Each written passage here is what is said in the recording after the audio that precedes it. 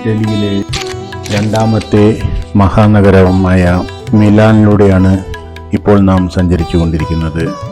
വടക്കൻ ഇറ്റലിയിലെ ഒരു നഗരവും ലൊംബാർഡിയുടെ തലസ്ഥാനവും റോമിന് ശേഷം ഇറ്റലിയിലെ ഏറ്റവും ജനസംഖ്യയുള്ള രണ്ടാമത്തെ നഗരവുമാണ് മിലാൻ. ഈ മിലാനിലൂടെ നാം ബസ്സിലിരുന്ന് സഞ്ചരിക്കുമ്പോൾ ഈ ചരിത്രമുറങ്ങുന്ന നഗരത്തിൻ്റെ വീതികളിലൂടെയാണ് നാം ചരിത്രത്തെ അയ്യുറക്കിക്കൊണ്ട് മുന്നോട്ട് നീങ്ങുന്നത്. ഒരു കാലത്ത് ലോകം ആകെ ഭരിച്ചിരുന്ന റോമൻ സാമ്രാജ്യത്തിൻ്റെ തലസ്ഥാന നഗരവും ഏറ്റവും പ്രധാനപ്പെട്ട വാണിജ്യ കേന്ദ്രവും ഒക്കെ ആയിരുന്നു ഈ മിലാൻ. അനേകം പുരാതന സ്മാരകങ്ങളും വേദനിപ്പിക്കുന്ന ഒത്തിരിയേറെ അവശേഷിപ്പുകളും ഒക്കെയുള്ള ഒരു മഹാനഗരമാണ് ഈ മിലാൻ. ഈ മിലാൻ നഗരത്തെ ഒന്ന് നന്നായി കാണണമെങ്കിൽ ഏതാണ്ട് 2-3 ദിവസത്തെ സമയമെങ്കിലും നമുക്ക് വേണ്ടിവരും. അതുകൊണ്ട് തന്നെ ബസ്സിലിരുന്ന് ഈ വിശാലമായ മിലാൻ നഗരം ഒന്ന് കാണാനാണ് നാം തീരുമാനിച്ചിരിക്കുന്നത്. അങ്ങനെ ബസ്സിലിരുന്ന് ഈ മനോഹരമായ മിലാൻ നഗരത്തെ ചുറ്റി സഞ്ചരിക്കുമ്പോൾ ഈ മിലാൻ നഗരത്തിൻ്റെ ചരിത്രവും ഇറ്റലിയുടെയും റോമിൻ്റെയും അതിപുരാതന കാലം മുതലുള്ള ചരിത്രവും ഒക്കെയാണ് എൻ്റെ മനസ്സിലൂടെ ഓടിയെത്തുക. പടിഞ്ഞാറ് റോമൻ സാമ്രാജ്യത്തിൻ്റെ തലസ്ഥാനമായും മിലൻ ഡച്ചി, ലൊംബാർഡി, വെനീഷ്യ സാമ്രാജ്യമായും മിലാൻ പ്രവർത്തിച്ചു. നഗരത്തിൻ്റെ ജനസംഖ്യ ഏതാണ്ട് 1.4 ദശലക്ഷമാണ്. എന്നാൽ മെട്രോപൊളിറ്റൻ നഗരത്തിൽ ഏതാണ്ട് 32,61,873 നിവാസികളുണ്ട് എന്നതാണ് ഒരു കണക്ക്. ഭരണപരമായ മെട്രോപൊളിറ്റൻ നഗരത്തിന്റെ അതിർത്തികൾക്കപ്പുറത്തേക്ക് നഗരപ്രദേശം വ്യാപിച്ചു കിടക്കുന്നു. അതിന്റെ തുടർച്ചയായ നഗരപ്രദേശം ഏതാണ്ട് 52,70,000 നിവാസികളെ കൊണ്ട് നിറഞ്ഞ യൂറോപ്യൻ യൂണിയനിലെ 5ാമത്തെ വലിയ പ്രദേശം കൂടിയാണ്. ഗ്രേറ്റർ മിലാൻ എന്നറിയപ്പെടുന്ന വിശാലമായ മിലാൻ മെട്രോപൊളിറ്റൻ പ്രദേശത്തെ ജനസംഖ്യ ഏതാണ്ട് 8.2 ദശലക്ഷമായി കണക്കാക്കപ്പെടുന്നു. ഇറ്റലിയിലെ ഏറ്റവും വലിയ മെട്രോപൊളിറ്റൻ പ്രദേശവും യൂറോപ്യൻ യൂണിയനിലെ 4ാമത്തെ വലിയ പ്രദേശവുമാണ് ഈ മിലാൻ. പല കാര്യങ്ങൾക്കും വളരെയേറെ പ്രസിദ്ധമായ ഒരു നഗരം കൂടിയാണ് ഈ മിലാൻ.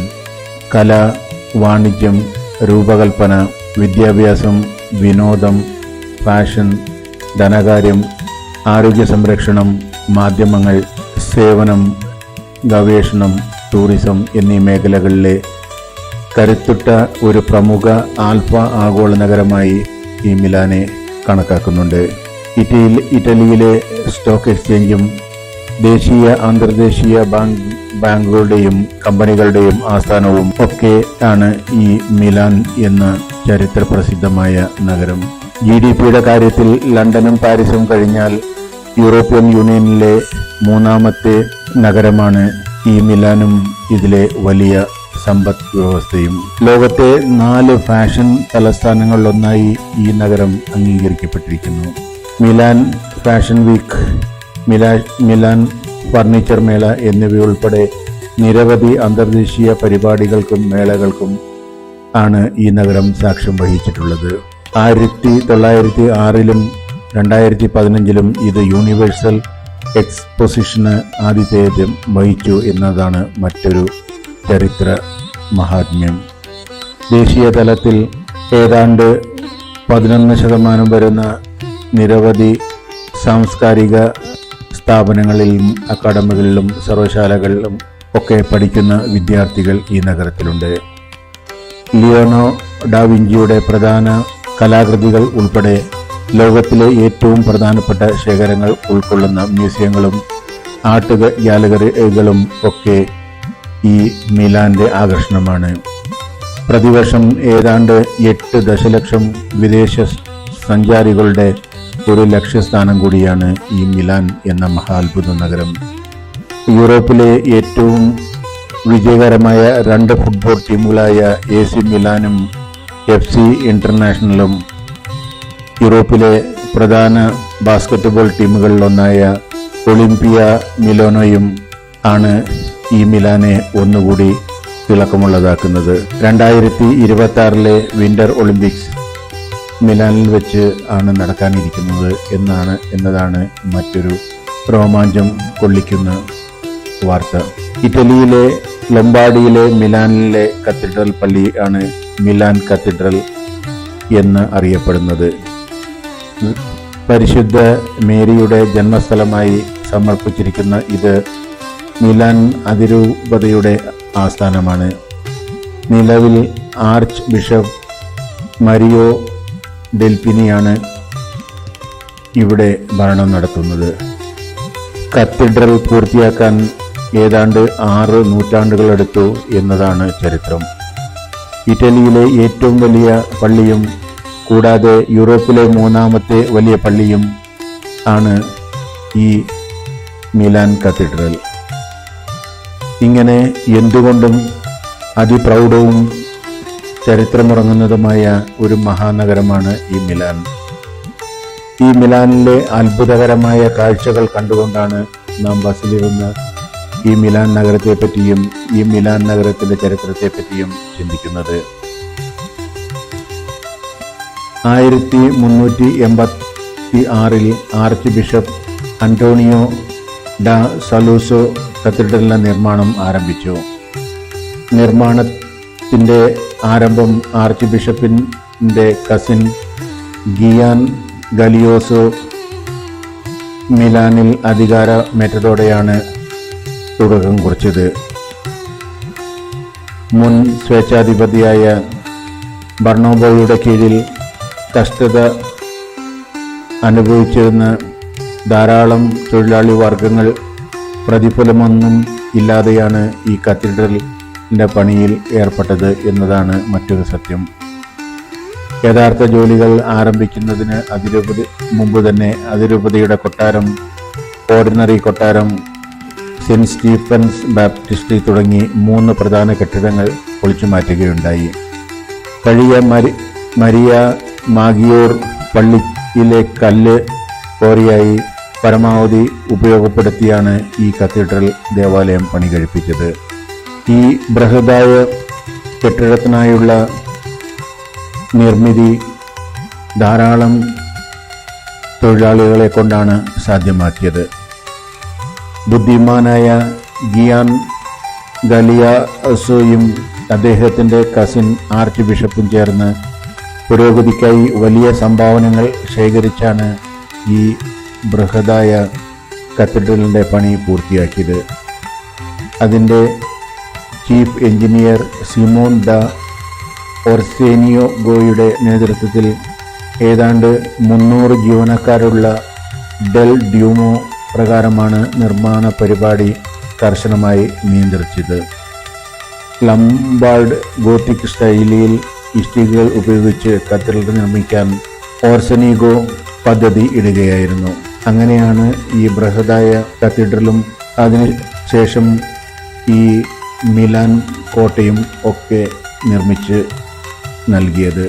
ഇങ്ങനെ വലിയ മിലാൻ കത്തീഡ്രലും അതോടൊപ്പം തന്നെ ഈ മിലാൻ സിറ്റിയിലുള്ള മറ്റൊരു അതിബൃഹദായ ഒരു കോട്ടയും ഒക്കെ ഇറങ്ങി നടന്ന് കണ്ട് അതിൻ്റെ ധാരാളം ഫോട്ടോകളും ഒക്കെ എടുത്ത് ഇപ്പോൾ സഹയാത്രികർക്കൊപ്പം ഞാനും ഇവിടുത്തെ മനോഹരമായ കാഴ്ചകളിൽ മുഴുകിയിരിക്കുകയാണ്. ഇങ്ങനെ ഈ മിലാൻ കോട്ടയുടെ അടുത്തു നിന്നും മറ്റ് ലക്ഷ്യസ്ഥാനത്തേക്ക് നീങ്ങുമ്പോൾ നമുക്ക് മറ്റൊരു മഹാവിസ്മയത്തിലേക്കാണ് എത്തിച്ചേരുക.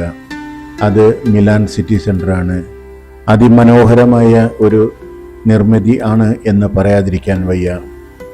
4 വശങ്ങളിലേക്കും 4 കവലകൾ തിരിഞ്ഞ് ഉള്ള ഒരു നഗരചത്വരം. ഇവിടെ നിന്നും 4 ദിക്കിലേക്കും റോഡുകൾ തിരിഞ്ഞ് പോകുന്നുണ്ട് എന്നതാണ് മറ്റൊരു അത്ഭുതപ്പെടുത്തുന്ന കാഴ്ച.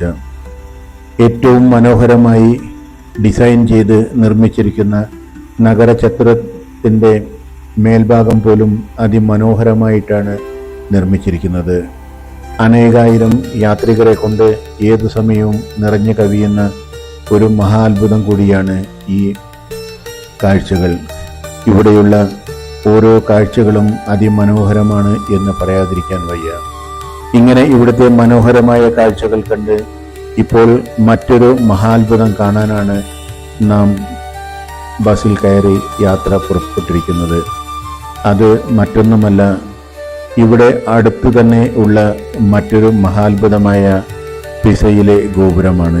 ഇറ്റലിയിലെ മറ്റൊരു പട്ടണമാണ് ഈ പിസ നിർമ്മിക്കപ്പെട്ടിരിക്കുന്ന ഈ നഗരം. പിസ പ്രവിശ്യയുടെ തലസ്ഥാനം കൂടിയാണ് ഈ പിസ നിർമ്മിക്കപ്പെട്ടിരിക്കുന്ന സ്ഥലം. ഇവിടെയാണ് സുപ്രസിദ്ധമായ ഇറ്റാലിയിലെ പിസ എന്ന ചെരിയുന്ന ഗോപുരം സ്ഥിതി ചെയ്യുന്നത്. കുറേയേറെ നേരത്തെ ബസ്സിലുള്ള സഞ്ചാരത്തിനും അതിമനോഹരമായ പ്രകൃതിയിലൂടെയുള്ള സഞ്ചാരത്തിന് ശേഷം നാം ഇപ്പോൾ ഇവിടുത്തെ ഇറ്റലിയിലെ മനോഹരമായ ഗ്രാമീണ കാഴ്ചകൾ കാണുകയാണ്. എങ്ങും നെല്ലും ഗോതമ്പും യഥേഷ്ടം വിളഞ്ഞു നിൽക്കുന്ന പാടങ്ങൾ, അതിന് നടുവിലായി കൂട്ടമായും ഒറ്റയായും ഒക്കെ നിർമ്മിക്കപ്പെട്ടിരിക്കുന്ന അനേകം ഭവനങ്ങൾ, എങ്ങും യാത്രികരെ കൊണ്ട് നിറഞ്ഞൊഴുകുന്ന അത്ഭുതകരമായ കാഴ്ചകൾ.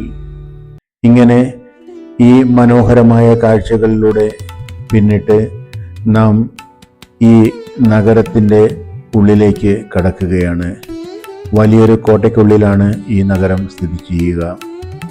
ബസ്സിൽ തന്നെ നാം ഈ കോട്ടയുടെ ഉള്ളിലേക്ക് കടന്ന് കുറേയേറെ ദൂരം പിന്നെയും മുന്നോട്ട് സഞ്ചരിച്ച് കഴിയുമ്പോൾ നമുക്ക് അനധിദൂരത്തു നിന്നും തന്നെ ഈ മഹാത്ഭുതമായ ചെരിയുന്ന പിസ ഗോപുരം കാണാൻ സാധിക്കുന്നതാണ്. 1300കളിൽ നിർമ്മിക്കപ്പെട്ട ഈ മഹാഗോപുരം വെണ്ണക്കൽ മാർബിളിലാണ് നിർമ്മിക്കപ്പെട്ടിരിക്കുന്നത്. 1173 ഇതിൻ്റെ നിർമ്മാണം ആരംഭിച്ചെങ്കിലും ഏതാണ്ട് 2 നൂറ്റാണ്ടുകൾ കൊണ്ടാണ് ഈ മഹാഗോപുരത്തിൻ്റെ നിർമ്മാണം പൂർത്തീകരിക്കപ്പെട്ടത്. ഓരോ വർഷവും ഏതാണ്ട് 1/2 ഇഞ്ചോളം ഈ ഗോപുരം ചെരിഞ്ഞുകൊണ്ടിരിക്കുന്നു എന്നതാണ് മറ്റൊരു വിസ്മയം. എഞ്ചിനീയറിംഗ് വിദ്യയിലെ എല്ലാ സാധ്യതകളെയും ഉപയോഗിച്ച് ഈ ഗോപുരത്തിൻ്റെ ചെരിവ് നിവർത്താനും ഈ ഗോപുരത്തെ ഒരു സുസ്ഥിര അടിസ്ഥാനത്തിലേക്ക് മടക്കിക്കൊണ്ടുവരുവാനുമുള്ള ഒത്തിരിയേറെ പരിശ്രമങ്ങൾ ഇവിടെ നടക്കുകയുണ്ടായി. കാരണം ലോകമഹാത്ഭുതങ്ങളിൽ ഒന്നായിട്ടാണ് ഈ ചെരിയുന്ന പിസ ഗോപുരം ഇന്നും കണക്കാക്കപ്പെടുന്നത്. ഇങ്ങനെ ഇവിടെയുള്ള അനേകം മഹത്തരവും മഹനീയവുമായ കാഴ്ചകൾ കണ്ട് നാം മുന്നോട്ട് നീങ്ങുമ്പോൾ ഈ പിസ ഗോപുരം നമുക്ക് അനധിദൂരത്തു നിന്ന് തന്നെ കാണാവുന്നതാണ്. ഒരു മനോഹരമായ നിർമ്മിതിക്ക് ഒരു വശത്തായിട്ടാണ് ഈ പിസ ഗോപുരം സ്ഥിതി ചെയ്യുന്നത്. അതിമനോഹരമായ കൊത്തുപണികൾ കൊണ്ട് ഏറ്റവും മനോഹരമായി നിർമ്മിച്ചിരിക്കുന്ന ഒന്നാണ് ഈ പിസ ഗോപുരം. യുദ്ധം ജയിച്ച രാജാവിൻ്റെ വിജയത്തിൻ്റെ സങ്കേതമായി നിർമ്മിച്ച ഒരു മഹാനിർമ്മിതി. ഈ നിർമ്മിതിയിലും എത്രയേറെ സൂക്ഷ്മതയോടെയാണ് ഇതിൻ്റെ കലാകാരന്മാർ ഇതിൻ്റെ നിർമ്മിതി പൂർത്തിയാക്കിയിരിക്കുന്നത് എന്ന് നാം കാണുമ്പോഴാണ് ഈ നിർമ്മിതിയുടെ ഒരു മഹാത്മ്യം നമുക്ക് മനസ്സിലാക്കാൻ സാധിക്കുക. അതുകൊണ്ട് തന്നെയാണ് ഈ മഹാനിർമ്മിതിയെ ലോകാത്ഭുതങ്ങളിൽ ഒന്നായി ഇന്നും ലോകം കണക്കാക്കുന്നത്. അങ്ങനെ ഈ മഹാനിർമ്മിതിയും കണ്ട് നാം ഇന്നത്തെ യാത്ര അവസാനിപ്പിച്ച് തിരികെ ഹോട്ടലിലേക്ക് മടങ്ങുകയാണ് രാത്രി വിശ്രമത്തിനായി.